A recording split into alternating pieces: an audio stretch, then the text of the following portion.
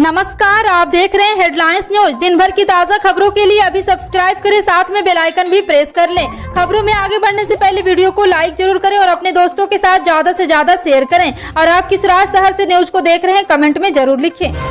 दिल्ली नगर निगम चुनाव में आम आदमी पार्टी ने जीत दर्ज की है। इसी के साथ 15 साल में एमसीडी की सत्ता में काबिज बीजेपी को बाहर का रास्ता देखना पड़ रहा। सभी 250 सीटों पर नतीजे घोषित किए जा चुके हैं, जिसमें से आम आदमी पार्टी 134, बीजेपी 104, कांग्रेस 9 और अन्य के खाते में 3 सीटें आई है। आप मुख्यालय में जीत के बाद पहुंचे सीएम केजरीवाल ने कहा है कि दिल्ली की जनता ने 15 साल की भ्रष्ट भाजपा सरकार को हटाकर केजरीवाल के नेतृत्व में आपकी सरकार बनाने के लिए बहुमत दिया। इसके साथ ही जनता का धन्यवाद। यह हमारे लिए बहुत बड़ी जिम्मेदारी है। दिल्ली के लोगों ने मुझे दिल्ली की सफाई, भ्रष्टाचार को दूर करने, पार्क को ठीक करने के साथ कई सारी जिम्मेदारियां दी हैं। एमसीडी चुनाव में आपकी जीत पर पंजाब के सीएम भगवंत मान ने कहा है कि गुजरात में भी एग्जिट पोल गलत साबित होगा और वहां गुरुवार को आम आदमी पार्टी बड़ा चमत्कार करेगी। बता दें कि इससे पहले आज बीजेपी की ओर से कहा जा रहा था कि दिल्ली में एग्जिट पोल के नतीजे गलत साबित होंगे। दरअसल ज्यादातर एग्जिट पोल ने एमसीडी में आपकी बम्पर जीत का दावा किया था। मान ने आगे कहा है कि मैं आपको बहुत बधाई देता हूँ। चुनाव लड़ते तो नेता है, लेकिन जीतती जनता है। आज जनता जीत गई है। आपने अपने दोस्त बड़े भाई को जिताया है। इससे पहले डिप्टी सीएम मनीष सिसोदिया ने कहा है कि दिल्ली की जनता का धन्यवाद, आपने कट्टर ईमानदार सरकार को चुना है। वहीं सीएम अरविंद केजरीवाल ने कहा है कि दिल्ली की जनता ने 15 साल की भ्रष्ट भाजपा सरकार को हटाकर केजरीवाल के नेतृत्व में आपकी सरकार बनाने के लिए बहुमत दिया है। बिहार की आपराधिक घटनाओं पर बोलते बोलते अचानक केंद्रीय मंत्री और भाजपा नेता अश्विनी चौबे ने बिहार के मुख्यमंत्री नीतीश कुमार के खिलाफ अमर्यादित बयान दे दिया। अश्विनी चौबे ने नीतीश कुमार से यह कहते हुए इस्तीफा भी मांग लिया है कि उनसे बिहार नहीं संभल रहा। कुर्नी विधानसभा के उपचुनाव पर सवाल पूछे जाने पर केंद्रीय मंत्री और भाजपा नेता अश्विनी चौबे ने कहा है कि पूरी दुनिया और देश प्रधानमंत्री नरेंद्र मोदी की तरफ देख रहा है। प्रधानमंत्री ने विकास पुरुष के रूप में देश का विकास किया है। गुजरात, हिमाचल में भाजपा ने बढ़त बना रखी है और हम वहां बहुमत से जीतेंगे। बिहार के उपचुनाव में विजय मिलेगी। आज हिमाचल विधानसभा चुनाव के नतीजे घोषित होंगे। एग्जिट पोल में यहां कांग्रेस व भाजपा के बीच कांटे की टक्कर नजर आ रही। अब कल नतीजे आने के बाद यह स्पष्ट हो गया। आपको बता दें कि फिर कांग्रेस अपना परचम लहराएगी। वहीं इससे पहले बुधवार को कांग्रेस प्रदेशाध्यक्ष प्रतिभा सिंह ने कांग्रेस की सरकार बनी तो मुख्यमंत्री कौन होगा, इस सवाल पर कहा है कि हाईकमान तय करेगा कि मुख्यमंत्री कौन होगा। इससे पहले विधायकों की भी राय ली जाएगी। और आगे प्रदेशाध्यक्ष ने कहा है कि पूर्व सीएम वीरभद्र सिंह के योगदान को नजरअंदाज नहीं किया जा सकता है। सीएम पद के सवाल पर उन्होंने कहा है कि चुनाव जीतकर आने वाले विधायक इस बारे में अपना निर्णय पार्टी हाईकमान के समक्ष रखेंगे। हाईकमान विचार कर यह तय करेगी किस चेहरे को आगे लाना है। रक्षा अनुसंधान विकास संगठन यानी डीआरडीओ द्वारा centre for personal talent management में एडमिशन एंड एलाइड कैडर के 1000 से अधिक पदों के लिए आवेदन प्रक्रिया 7 दिसंबर रात 12 बजे तक समाप्त हो गई। आपको बता दें कि योग्य उम्मीदवार और DRDO.gov पर आवेदन भी किए हैं। और आपको बता दें डीआरडीओ द्वारा निकली गई भर्ती में कैंडिडेट को आवेदन शुल्क के रूप में 100 रुपये है, जिसका भुगतान ऑनलाइन माध्यम से करना है। और SC ST दिव्यांग ESM श्रेणियों के कैंडिडेट और महिला कैंडिडेट से कोई फीस नहीं वसूली जा रही। सर्वोच्च न्यायालय ने बुधवार को केंद्र और भारतीय रिजर्व बैंक को सरकार के 2016 की नोटबंदी के फैसले के संबंध में प्रशासनिक रिकॉर्ड के अवलोकन के लिए प्रस्तुति करने का निर्देश दिया है। नोटबंदी के कदम को चुनौती देने वाली याचिकाओं के एक बैच की विस्तृत सुनवाई के बाद जस्टिस SN नजीर की अध्यक्षता वाली पीठ ने फैसला सुरक्षित रख लिया है। बेंच में शामिल justice BR Gavai, S Bopanna, V Subramaniam और BR नारंगदत्ता ने कहा है कि भारतीय संघ और भारतीय रिजर्व बैंक के वकील को प्रशासनिक रिकॉर्ड पेश करने का निर्देश दिया जाता है। भले ही परिवार की एकता के नाम पर शिवपाल यादव और अखिलेश यादव के साथ हो गए हों, लेकिन शिवपाल का सियासी भविष्य मैनपुरी के चुनाव नतीजे पर काफी हद तक टिका है। अगर परिणाम सपा के पक्ष आता है तो शिवपाल बड़े इनाम के संकेत भी मिल रहे हैं। पार्टी सूत्रों की माने तो उन्हें नेता प्रतिपक्ष की भूमिका भी मिल सकती है। राजनीतिक पंडितों की माने तो अगर चुनाव परिणाम सपा के पक्ष में आता है तो कार्यकर्ताओं के टूटे हौसले को उड़ान मिलेगी। साथ ही सपा यह संदेश देने की कोशिश भी करेगी उसकी मुस्लिम और यादव मतदाताओं में पकड़ बरकरार है। ठंड बढ़ने के साथ ही शहर में वायु गुणवत्ता सूचकांक में लगातार बढ़ोतरी दर्ज की जा रही। वायु प्रदूषण बढ़ने में BSL के डीजल बसें भी काफी जिम्मेदार है।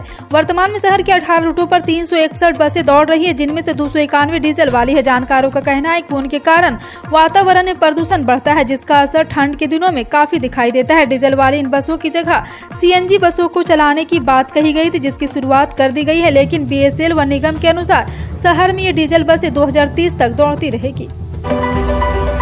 प्लास्टिक से पर्यावरण को होने वाले प्रदूषण को नियंत्रित करने के लिए प्लास्टिक कचरे के निष्पादन की जिम्मेदारी राज्य सरकार ने उत्पादकों को ही सौंप दी है। वे कचरे के निष्पादन करने वाली कंपनियों से अनुबंध करेंगे और कचरे को ठिकाने लगाने की व्यवस्था बनाएंगे। यह बात पर्यावरण विभाग और प्रदूषण नियंत्रण बोर्ड की समीक्षा बैठक में सामने आई है। बैठक पर्यावरण मंत्री हरदीप सिंह इंग की अध्यक्षता में की गई है और आपको बता दें, पर्यावरण मंत्री ने बताया कि प्लास्टिक का उत्पादन करने वाली और कचरे का निष्पादन करने वाली कंपनियों का पंजीयन किया जाएगा। प्रदूषण नियंत्रण बोर्ड उनके कामकाज की निगरानी करेगा। राजधानी में बीते एक महीने में संदिग्ध डेंगू के 7 लोगों की मौत हुई। इससे स्वास्थ्य विभाग परेशान है। अधिकारी डेंगू से मौत होना नहीं मान रहे हैं। अब इन्हीं 7 मृतकों में से 3 मरीजों की मौत का ऑडिट कराया जा रहा है। इसकी रिपोर्ट के बाद तय होगा कि मौत की वजह डेंगू था या नहीं। यह ऑडिट मलेरिया विभाग करवा रहा है। हाल ही में 3 मौतों की डेट ऑडिट जिम्मेदार जयप्रकाश जिला अस्पताल के civil surgeon doctor Rakesh Srivastava को दी गई है। इसके बाद ये तय होगा कि मौत का कारण क्या था। केंद्रीय गृह राज्य मंत्री नित्यानंद राय ने बुधवार को राज्यसभा में कहा है कि सरकार कोविड-19 से जान गंवाने वाले परिजनों को 50,000 रुपये की अनुग्रह राशि दे रही है। उन्होंने एक लिखित प्रश्न के उत्तर में कहा है कि आपदा प्रबंधन अधिनियम 2005 के तहत राष्ट्रीय आपदा प्रबंधन प्राधिकरण द्वारा जारी किए गए दिशा निर्देश और सुप्रीम कोर्ट के आदेश का कोविड-19 पीड़ितों का अनुग्रह राशि दिया जाएगा।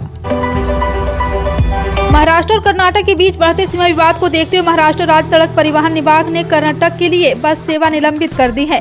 महाराष्ट्र सरकार ने कहा है कि यात्रियों और बसों की सुरक्षा के बारे में पुलिस से मंजूरी मिलने के बाद सेवाओं से फिर से शुरू करने का फैसला लिया जाएगा। यह फैसला पुलिस के सुरक्षा अलर्ट के बाद किया गया है और आपको बता दें कि प्रदर्शन के दौरान कर्नाटक में बसों पर हमला भी किया जा सकता है। जी हां, आपको बता दें कि कर्नाटक और महाराष्ट्र के बीच सीमा विवाद ने 6 दिसंबर को उग्र रूप ले लिया है। भारत के लिए एक बार बड़ी राहत की खबर सामने आई है। कच्चे तेल के दाम 2022 के निचले स्तर पर जा लुढ़का है। वैश्विक आर्थिक संगठन के मद्देनजर सेंटीमेंट खराब होने के ब्रेंट क्रूड ऑयल के दाम $80 प्रति बैरल के नीचे लुढ़का है। ब्रेंट क्रूड ऑयल के दाम $78.65 प्रति बैरल के कारोबार कर रहा है, तो WTI क्रूड के दाम $73.49 के प्रति है। और आपको बता दें कि 2022 में दूसरा मौका है जब $80 प्रति बैरल के नीचे जा फिसला है और इसको लेकर के पेट्रोल डीजल में कमी आ सकती है। मध्य प्रदेश के बैतूल जिले के गांव मांडवी में मंगलवार को 8 साल का बच्चा 400 फुट गहरे बोरवेल में गिर गया। यह हादसा तब हुआ जब वह खेत से खेल रहा था। आपको बता दें कि बोरवेल में करीब 55 फीट की गहराई में फंसे बच्चे को निकालने के लिए रेस्क्यू ऑपरेशन चलाया जा रहा है। सूचना मिलते ही SDRF की टीम को तत्काल रवाना किया गया है। रेस्क्यू ऑपरेशन में भोपाल, होशंगाबाद, हरदा की SDRF टीम शामिल है। एक अधिकारी ने बताया कि घटना मंडावी गाँव में शाम करीब 5 बजे हुई है। आठनेर थाना प्रभारी अनिल सोनी ने बताया कि लड़का तन्मय दीवार खेत में खेल रहा था। सोने और चांदी के रेट में आज जोरदार तेजी देखी जा रही है और ये बढ़त के साथ हर एक परेशानी निशान बना हुआ है। आपको बता दें कि सोना आज 53,900 के पार निकल गया और चांदी में भी 65,850 के ऊपर लेवल देखा गया। हालांकि इस समय दाम थोड़े नीचे आए हैं। MCX पर सोने का फरवरी वायदा इस समय 9 रुपये की तेजी के साथ 53,769 रुपये प्रति 10 ग्राम के रेट पर कारोबार कर रहा है। इसमें आज सबसे ऊंचा लेवल 53,908 रुपये प्रति 10 ग्राम का देखा गया था। भारत में लोगों को दवाइयों की कमी ना हो और वक्त पर दवाई पहुंचाने के लिए उत्तर पूर्व में मेघालय सरकार ने ड्रोन से दवाई की डिलीवरी शुरू की है। मेघालय सरकार ने टेक ईगल नाम के स्टार्टअप के साथ साझेदारी से एशिया का पहला ड्रोन डिलीवर केंद्र एवं नेटवर्क की शुरुआत की है। इसका उद्देश्य राज्य भर के लोगों को स्वास्थ्य देखभाल तक पहुंचना है। स्थानीय निवासियों को जरूरी दवाइयों के लिए 100 किलोमीटर का सफर तय करना होता है। सोमवार को मेघालय के मुख्यमंत्री जेम्स संगमा ने चेंगजल सब डिवीजन अस्पताल में ड्रोन स्टेशन का उद्घाटन किया है। पश्चिम बंगाल के मुख्यमंत्री ममता बनर्जी ने संसद के शीतकालीन सत्र के पूर्व पार्टी के सांसदों के साथ दिल्ली में बैठक के बाद मोदी सरकार पर विपक्ष की आवाज कुचलने का आरोप लगाया। उन्होंने कहा कि बकाया पैसा भीख की तरह दिया जा रहा है। उन्होंने राज्य के अधिकारी क्षेत्र में हस्तक्षेप करने का आरोप लगाते हुए केंद्र सरकार के अत्याचार के खिलाफ सभी विरोधी दलों को एकजुट होने का आह्वान किया है।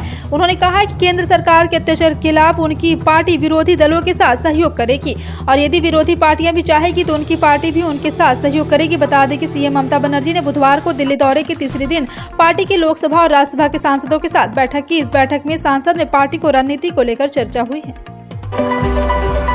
मुख्यमंत्री योगी आदित्यनाथ बुधवार यानी कि 4:30 बजे बरेली पहुंचे हैं। उन्होंने मंच पर 1459 करोड़ की योजनाओं का लोकार्पण किया है और इसके बाद प्रबुद्ध जन सम्मेलन संबोधित करते हुए कहा है कि बरेली नाथ नगरी को स्मार्ट सिटी के रूप पहचान दी गई है। अब नाथ नगरी स्मार्ट सिटी हो गई है। उन्होंने कहा है कि बरेली की पहचान कभी झुमके से होती थी, मगर अब स्मार्ट सिटी नाथ नगरी से होती है। और मुख्यमंत्री ने अपने संबोधन में कहा, कूड़ा निस्तारण के बाद से अब शहरों में गंदगी नजर नहीं आती है।